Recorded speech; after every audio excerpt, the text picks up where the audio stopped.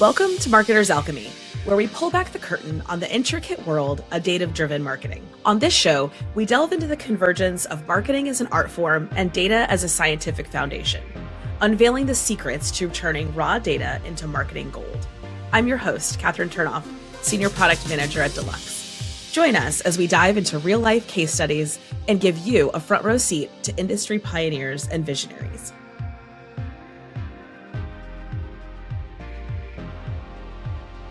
Welcome to Marketer's Alchemy, turning data into gold. I'm Kathryn Turnoff, and I'm here with Tiffany Grinstead, the Vice President of Personal Lines Marketing at Nationwide. Welcome, Tiffany. Thank you so much for having me today. Yeah, we're so excited to talk to you. So can you start by telling us a little bit about your career journey? What brought you to where you're at today with Nationwide?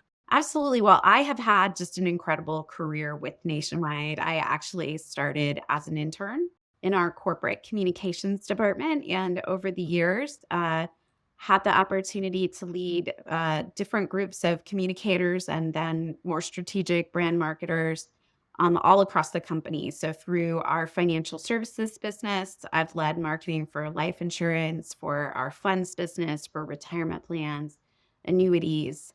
And I've been very blessed to be on our property casualty side of the business and have the opportunity to lead our agency marketing teams. And then most recently now I lead our personal lines marketing omni-channel. Got it. So for some of our listeners who may not be familiar, can you tell us a little bit about personal lines marketing? What does that refer to?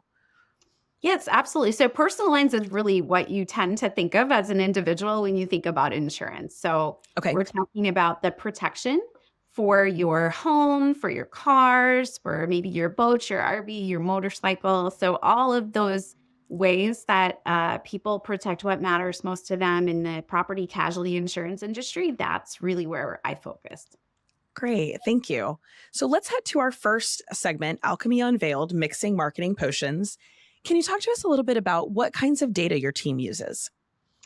Yes. Data is really, I think, at the heart of any modern marketing organization now. And so I think about our data strategy as having sort of different legs on the stool. And so we use as much first-party data as we can in terms of we can get information from our legacy systems. We can get information from our CRMs in terms of like our sales interactions. That can look like information that we have about a customer, like their demographics, what part of the country do they live in? That can look like their claims history with us. It can look like, even to what kind of car they're driving in case we understand that that car might have a recall or something that we might want to make them aware of. So, we look at all the different sorts of first party data that we have. We also, in very careful ways, in partnership with our legal department, will use third-party data that we can append in, to look at shopping behaviors, to look at maybe things that we might understand in terms of interests for consumers, some of their history. We also, like everyone else, are interested in what I would call that zero-party data space, where we find ways to interact with our distribution partners or our consumers and ask for their permission for them to give us their data through different tools we might have online or other kinds of opportunities where we can capture that sort of data that they understand very much. They're giving us to use in that way. So that's sort of the three-legged stool, I think, of data. Sure, totally makes sense when we're building out personalization and overall strategy. What of those data sets helps you decide what makes someone prime to be a Nationwide customer for your product? Yeah, I think we are really focused on the customer journey and how the data sort of fits in the places along the customer journey. So the answer to that question is a little different based on where that customer is in the journey. And then we also know that there's a buyer's journey in the B2B space in terms of our distribution partners. And so data also helps us move B2B buyers through their journey, recognizing that they come to their job with a sort of a different set of decision makers, but they're still people as they move through, right? So In those places, you're looking at that combination of that business data and that personal data at those right moments. And we call that sort of magical kismet of data and journey when you hit that moment that matters. And then, we try to create those moments that matter. So we're putting, the marketing in the right place in the journey, whether that be with one of our members who might be in a research phase where we're in a position to look at third-party data to understand what maybe matters to them to trigger the right moment, or whether it's one of our long-term members and we understand where they live. We understand maybe what their house is constructed like. And furthermore, we understand what's happening in the weather in that very unique geography. And we can help them take steps to protect themselves before the storm hits, for example. So those are just some great ways that the journey and the data kind of come together. With so many data points and so many different parts of the journey, how do you turn all of the data that you have into those insights, right? Like what's helping you figure out where the person is on the journey and what they might need? It takes a lot of different pieces coming together. So, you can't just have data, right? You have to have that data moved into technology that allows you to access it and that is connected to your marketing technology. So really this MarTech kind of space becomes like incredibly critical. And so we have a number of tools that sort of knit together our technology data lakes and our connection of the right data into the right systems for us to be able to pull insights. And then once you kind of have the insights that are connected then to the journey work, then you need a whole other set of technology and systems and processes in order to be able to use that data in the right place within the marketing. And that sort of interconnectivity of our different technology systems becomes a really big part of the story. Got it. And I'm also sure that creating a relevant message at the right moment is super important. Like, what are you working on that can help make this happen? Yeah, that message at the right time is really important. And, that's where your data has to also kind of be melded. And I love the alchemy piece of it, right? With your market research. When we first started talking about personalization, I feel like people were saying, you know what? Once we get to personalization, it's going to be so one-to-one. We won't even need segmentation anymore. We won't even need market research anymore. Like we'll just look at the data and that'll just drive us to, what does this one individual person want to do? And to some extent, you can look at the data and it'll give you a certain amount of information, where they are in your journey, what might interest them, what they respond best to. And the more you sort of store those things and then use them for the next time, the better the experience becomes for the person, right? Mhm. But it doesn't actually end up negating the need to do really good and smart research to understand what the options are in messaging for different kinds of people and to be able to then use technology to amplify those in different ways that feel tailored more to the one-to-one. So I do think there's not been that sort of unseating that people might have expected, but more sort of, to use your word, in alchemy. Yeah, that's, I think, what we find a lot with marketing, right? Is that it's data and science put together. And you kind of need both a little bit of like go with your gut and also that data research. If we talk about, speaking of going with your gut, what are some times that you maybe disregarded some of that data for a gut feeling that you had? That is a really great question.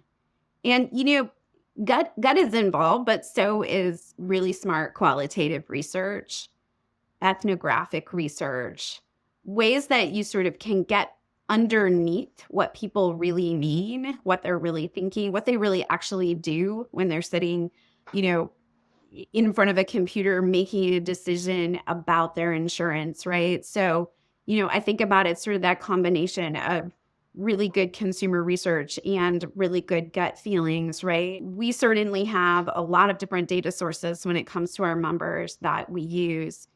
I can recall a time where we had data that sort of would make it seem as if, based on what we had seen, that customers just didn't care in that moment. And so, Hmm. what would be the point of sort of putting this in front of them? what we came to understand in more qualitative research and ethnographic research is that it was a moment of confusion.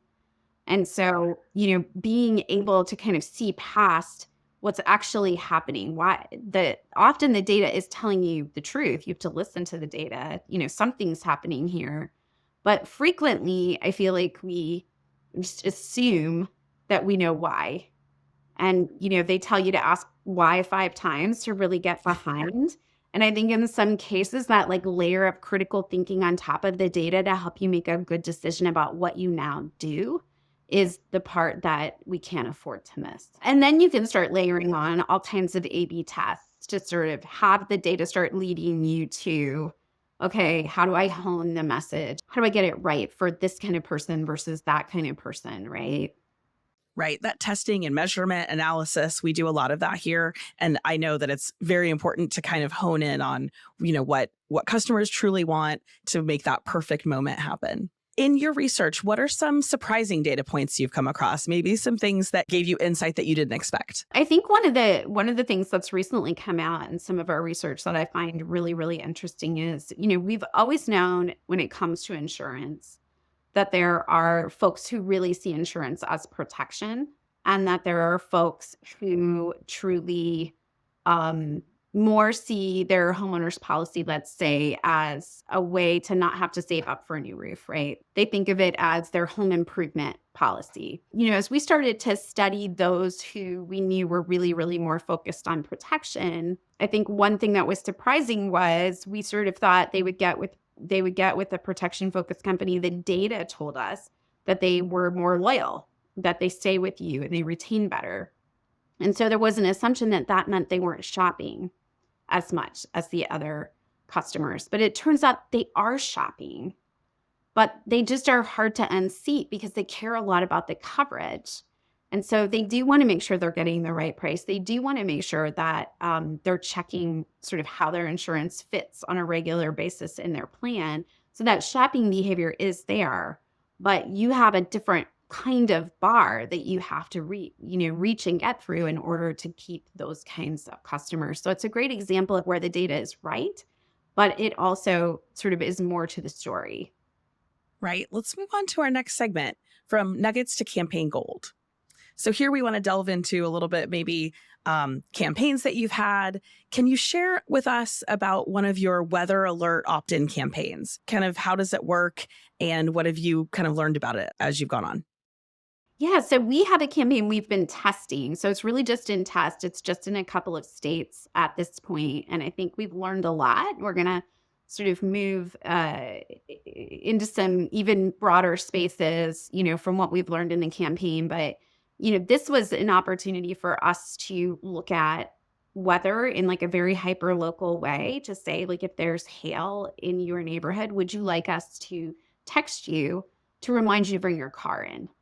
And it's such a simple step because ultimately the consumer doesn't want to lose time off work or have their car that they love have to have, the hail taken off of it. But the consumers really appreciate it. And what we found was that, those who got those texts really did appreciate it and felt like it was a standard of care. And so, we're excited to expand that in the future to other kinds of perils. It makes a lot of sense, right? If you think, yes, insurance is there for protection after the fact, but you being a trusted partner before to help you even just avoid that in general, I think people would really appreciate that. We don't get a lot of hail here in Florida, but I know there are a lot of weather events too that I can see this being rolled out, for different events in other areas of the nation. Well, and I can tell you, we have an incredible program called Smart Home. One of the largest reasons why people have to file an insurance claim is what we call non-weather water, which is pipes break in your house, for example. Maybe they freeze and then they break. Maybe you just get a leak somewhere or break. Could be like a leak in the roof, right? And so what happens with non-weather water is often someone's not home when the leak starts, so they don't catch it fast enough. Or they are home, but they're not maybe in that space. I remember at my house, my 3-year-old once came in a very nonchalant way. She said to my husband and I, "It's raining in the TV room." Oh my It was gosh. like a very, oh, by the way, weather report, right? 'Cause like, real world, that was a possible thing and it was happening. Those can be terrible losses for consumers because not only are they dealing with the damage and, is there an insurance claim, but you can lose irreplaceable things like childhood pictures, letters that your mother wrote, like just very important things can be lost in non-weather water loss. So what we have done with our smart home program is we've connected with some companies that allow us to put devices in the home. And those devices will ping and through an app, a consumer to tell them that there's a water situation at their home. And some of them will even allow the consumer to shut off that water from far away. And so really, when you think about the role marketing plays with that is helping to get those devices into their right homes and getting the people who are likely to connect with that over the line and using data and making sure they're keeping those up so they can continue to be protected.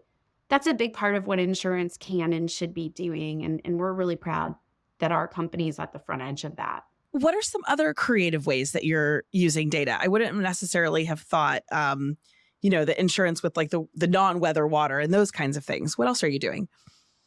Yeah, one thing that we do with our distribution partners is really we use our data to understand how they're quoting with us. So Mhm. if you think about, any of us who work in B2B, that shelf space situation and trying to make sure every time they're going in to make a choice, that the choice they're making is you.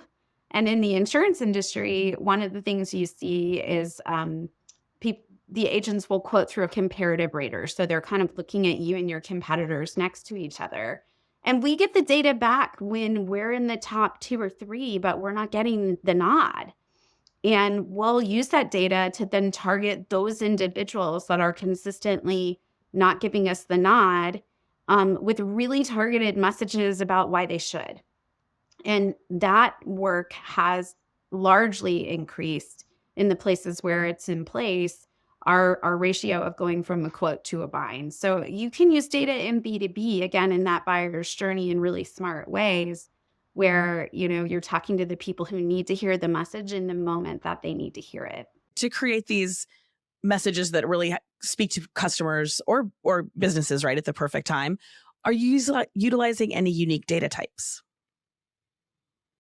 I would say every business has unique data types. In the sense of like we leave no stone unturned that we're able to get our hands on. Other industries maybe aren't pulling, weather into their factoring, but for us, that's always going to be a part of our data because our consumers need to be prepared for weather events, for example.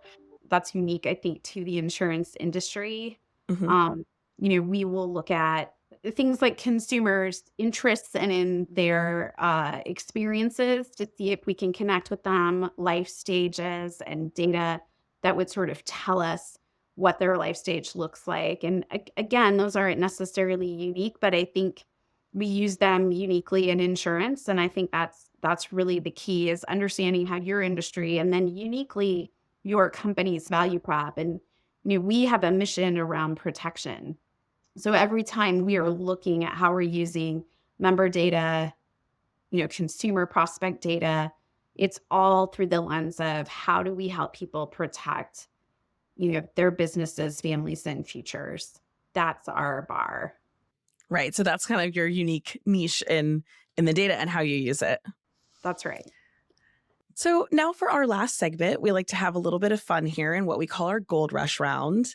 Can you think of one company that you see making an impact with how they're using data in their marketing efforts? I really admire Zillow. I think they are really doing a tremendous job. If you think about this incredible data engine that they've built, that they've invented this idea of Zillowing, and that they're able to use their data to understand who's dreaming and who's buying, and to be able to sort of bridge the line between the two with some of the first time homebuyer work that they're doing. And I think it's just incredible work. And I admire that brand and the work that they're doing. Most definitely. All right, well, what's next for your customers? What's next for our customers is, you talked about it, and I think it's actually kind of a cool thing when you think about the industry of insurance has always been thought of as, we are here to repair and replace. And that's a piece of the job, right? But what we want to be for our customers is a source of protect and prevent. And so we really think that our customers deserve better, that our customers deserve to have a partner that helps them protect the things that matter to them and prevent the worst from happening when we can. And to be there on the worst days, of course, to repair and replace. But I don't think any of us want to have to repair and replace, right? So we really are working with our customers to help them understand what their policies cover and the actions that they can take to not lose those precious memories, right? And to give them even free devices that they can put in their home to help detect water or fire or other things like that. So we're really proud that care is at the heart of everything we do, and that we can extend that through this new way of thinking about insurance. It makes sense. I think also those tools can help move people, like you said, from just thinking about, okay, now we replace it or repair it, into just never getting there in the first place, like, right, protecting what you have, which I think is a much less stressful state of being for most folks, right?